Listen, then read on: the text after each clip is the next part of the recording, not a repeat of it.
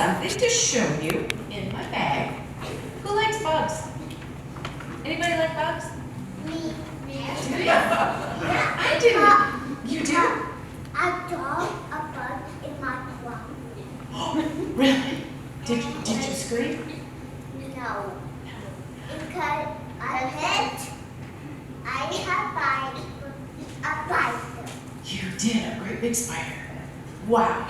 Well, I didn't used to like bugs, but you know, sometimes if you really look at them and you can see really cool things about them, and there's a program called Dirt Diggers, and I know Kendall was there with me, and I know Nate was there with me, and a lot of the other kids go. Sometimes she would save really cool bugs that were just all together, and she'd put them in these jars, and then we could look at them with magnifying glasses. And you know what? I started thinking, bugs are kind of cool. You know, they've got so many different parts. And a few weeks ago, I was trying to think, what am I going to talk to the kids about? And all of a sudden, I looked down, and there was this bug in perfect condition. So I did what my friend Regine did. Look at that. It's now perfectly preserved. Look at this bug. Pass this around. Don't worry, it can't hurt you because it's in a bag or it's in a jar. Isn't that cool? Look at those wings. And if you look really close at the wings, if I had a magnifying glass, I don't, not at home, you could see little tiny holes. And I mean, when I found a bug that was just like that was so perfect, believe it or not, I picked it up because it was dead already. Otherwise, I wouldn't have. But that is so cool. Look at that, Kim. And what kind of a bug is that? Does somebody know?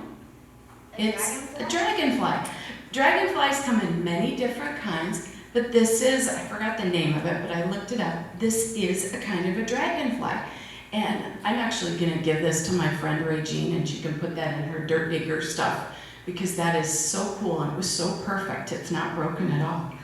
I got thinking about dragonflies, and thinking about how I've started seeing dragonflies all over, not just out above the lake or above a field, but I'm seeing dragonflies in people's yards. I saw dragonfly at the pool. You saw one at the pool? Yep. But this was like a big yard art, like a big metal dragonfly.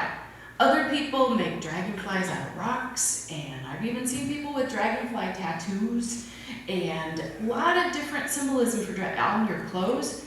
Dragonflies have gotten really popular, and so I thought, I wonder if there's a lesson from dragonflies. So I got thinking, and I looked it up on the computer, and you know what? There's a story about a dragonfly that I'm going to read today. And dragonflies, it seems like, are the symbol of transition. You know how all of us are changing every day. You guys are getting bigger. You guys are getting taller.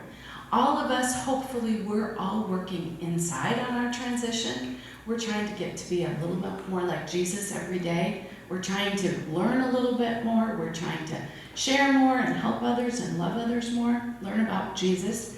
But I found this cool story about dragonflies that I'm going to read to you. I usually don't like to read. I like to tell you the story, but this is so good I can't remember it exactly like this.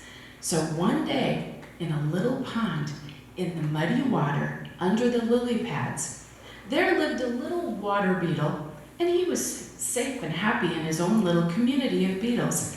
They lived a very simple and comfortable life in the pond with very few distractions and interruptions.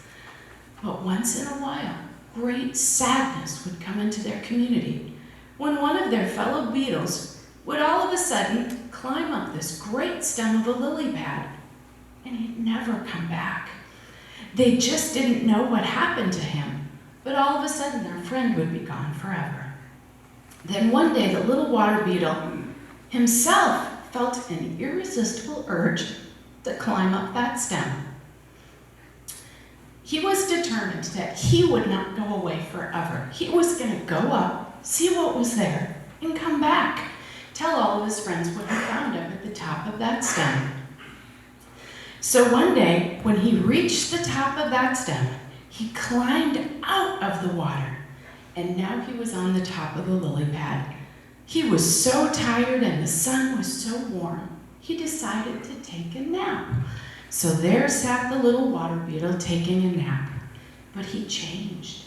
And when he woke up, he was turned into a beautiful butterfly.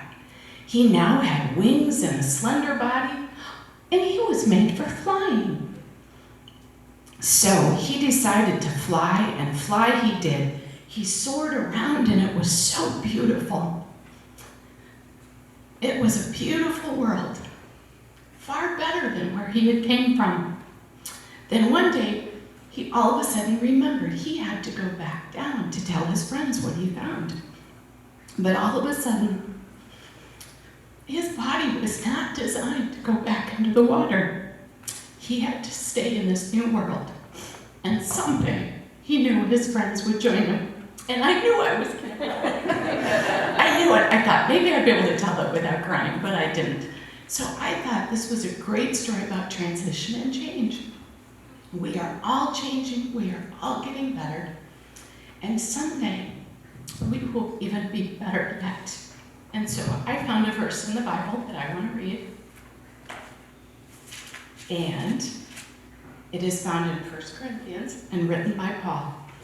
For the trumpet will sound, and the dead will be raised, and we will all be changed. The perishable will become the imperishable. And so then it goes on to tell us, so always give yourself fully to the work of the Lord, because you know your work for the Lord is not in vain. Thank you very much. All right, let's pray. He became. He did. Wow. So whenever you see about a dragonfly, think happy thoughts and think about how that dragonfly has changed. All right? Okay. Dear Lord Jesus, thank you so much for changing all of us every day. Thank you for doing the work in our hearts and help us to all be the people that you have called us to be. Amen.